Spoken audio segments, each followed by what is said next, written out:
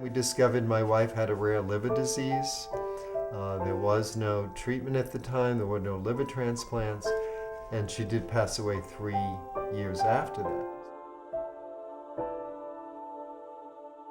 Every single girl there had some kind of problem, whether they had been runaways or whether they had drug problems or prostitution. Stomach Get an ulcer probably. ulcer and go toilet or blood come out. Ooh, I'm gonna be die.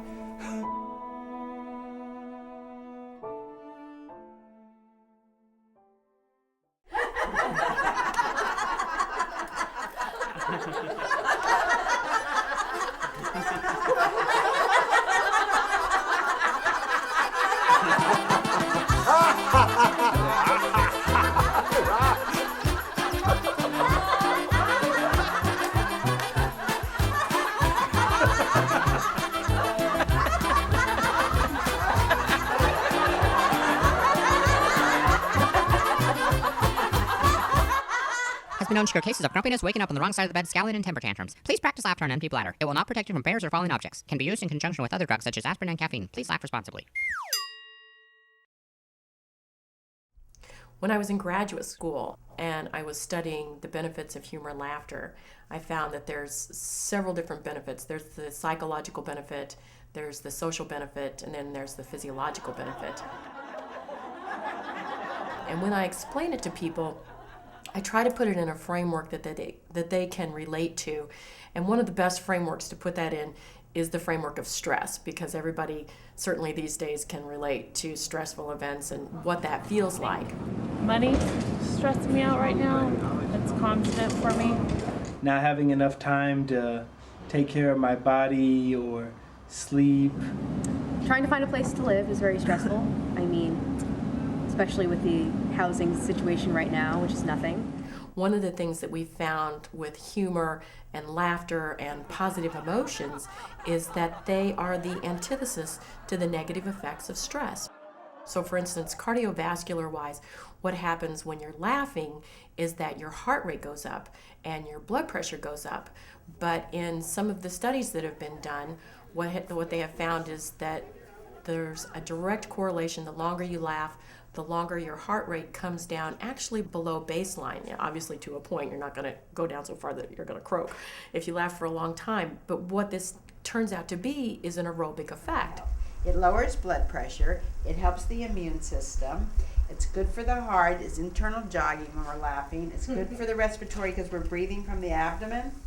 William Fry, who's one of the leading researchers in the field of psychoneuroimmunology, found that 2 minutes of belly laughter was the equivalent to 10 minutes aerobically on a rowing machine.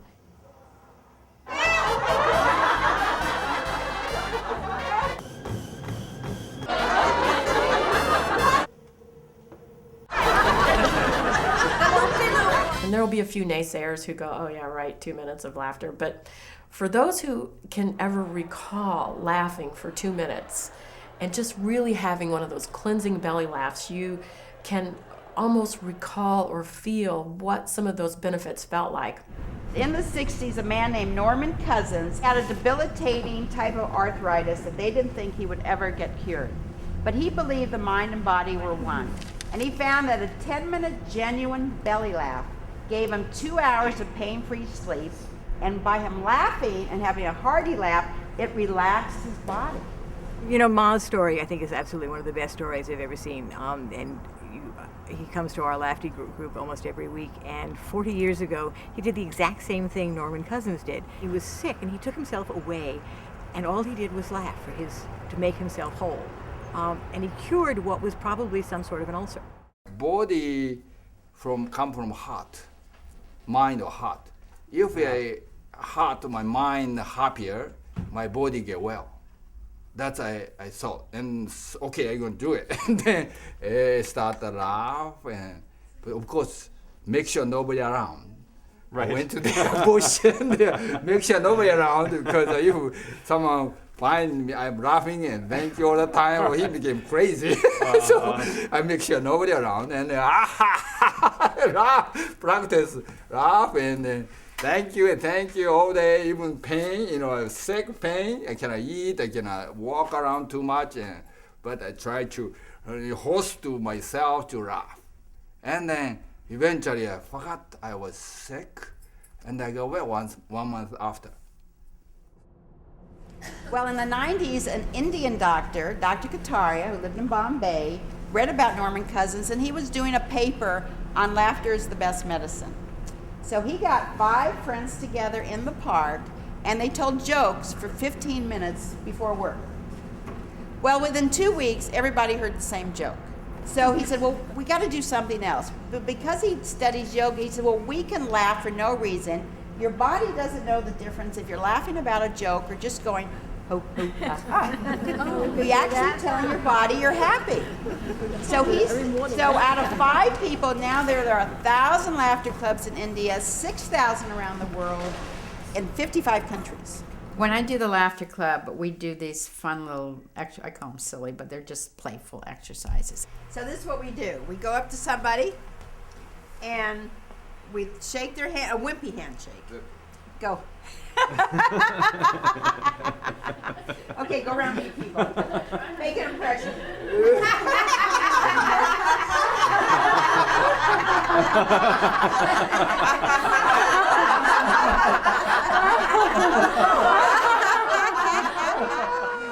Once you've laughed with somebody, you know them in a much more intimate sense.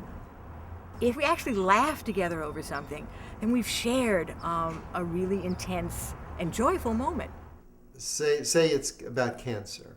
Say it's about world situation. Whatever. If you can laugh with your enemy or your opponent or about the cancer, you're kind of on the same level, and you've gotten power over it. Well, my humor influences are more the type where you just react to things. So for instance, I'm the worst joke teller in the world. I never tell a joke. I just never do. I'm not good at it. It just makes me nervous. By the time I get to the punchline, so what I do is we just have a conversation, and then I just find the thing that's funny about it. And so as the person and I are discussing something, then my humor just comes off of that.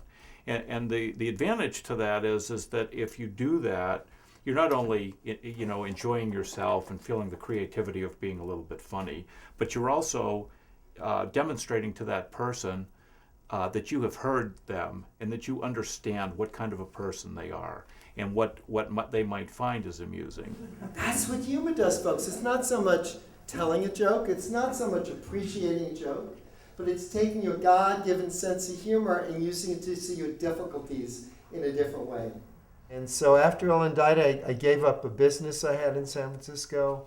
I went back to school to learn about death and dying. I became a hospice volunteer and a director of a life-death transition program and worked with people that were seriously ill. And I would notice how they would often use humor. And sometimes it was sarcastic, cynical humor. But sometimes it was the only thing they had left. It was the only way they can cope because everything else was taken away. What I found was that the closer you are to tragedy and death, the darker your humor becomes.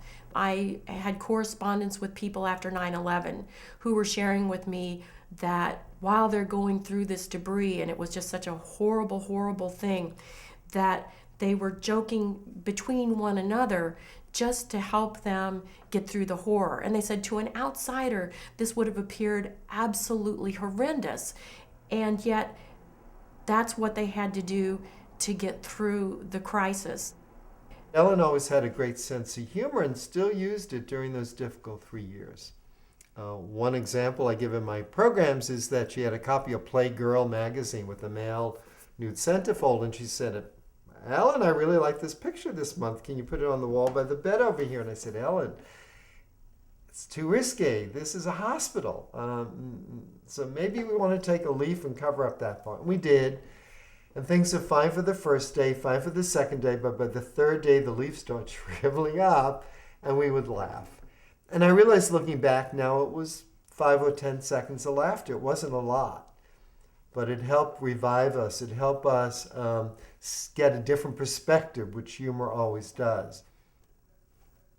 One thing about periodontists is we're doing surgery, but we're doing it on people who are awake, which is a little different from many surgeries. So we still have to manage their psychological status during the procedure. And so I use humor towards that. At one point in our procedures, usually we use an instrument which tends to splash water. And so I'll say something like, well, you know, Renette and I have only been doing this together for 25 years. We figure sooner or later we'll get it right. Now that's not hysterical, but it's vaguely amusing. But what it's really designed to do is to tell the person, we've been doing this for 25 years together, we know what we're doing. So that's sort of the type of way that we use humor to reassure them that everything's going just fine for them. One of the things that I get really excited about is the fact that humor and laughter are totally accessible. There's no cost involved. You know, the government hasn't found a way yet to tax it. There's no limit to the number of times that you can access this. You don't have to have a membership to practice it. You don't have to belong to something if you don't want to. You don't even have to be coordinated. And it's not a cure-all. And what I put also, it's an alternative health care.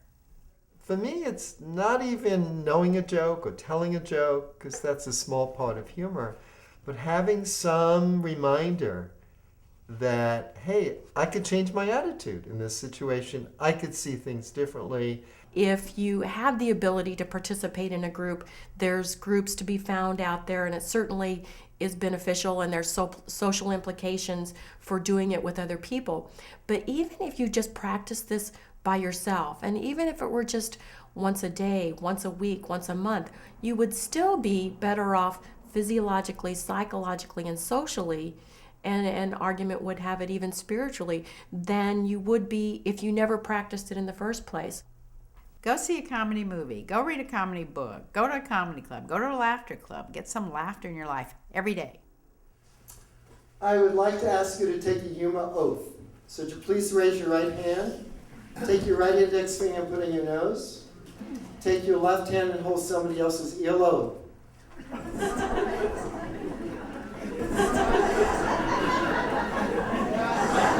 Anyhow, repeat after me, starting right now. Starting right now. I will. Get more laughter. And play. In my life. So help me, Groucho Marx. That's it, folks.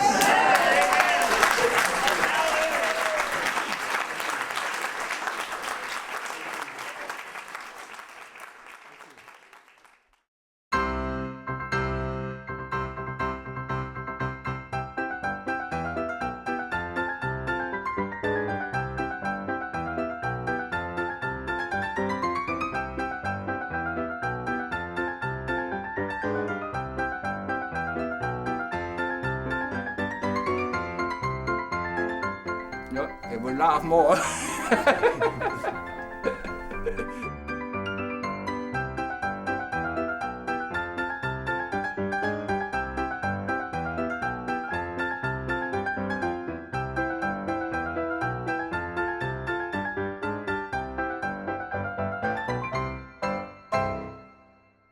And cut.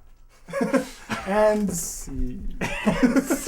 Was that what you needed? That wasn't quite what you needed.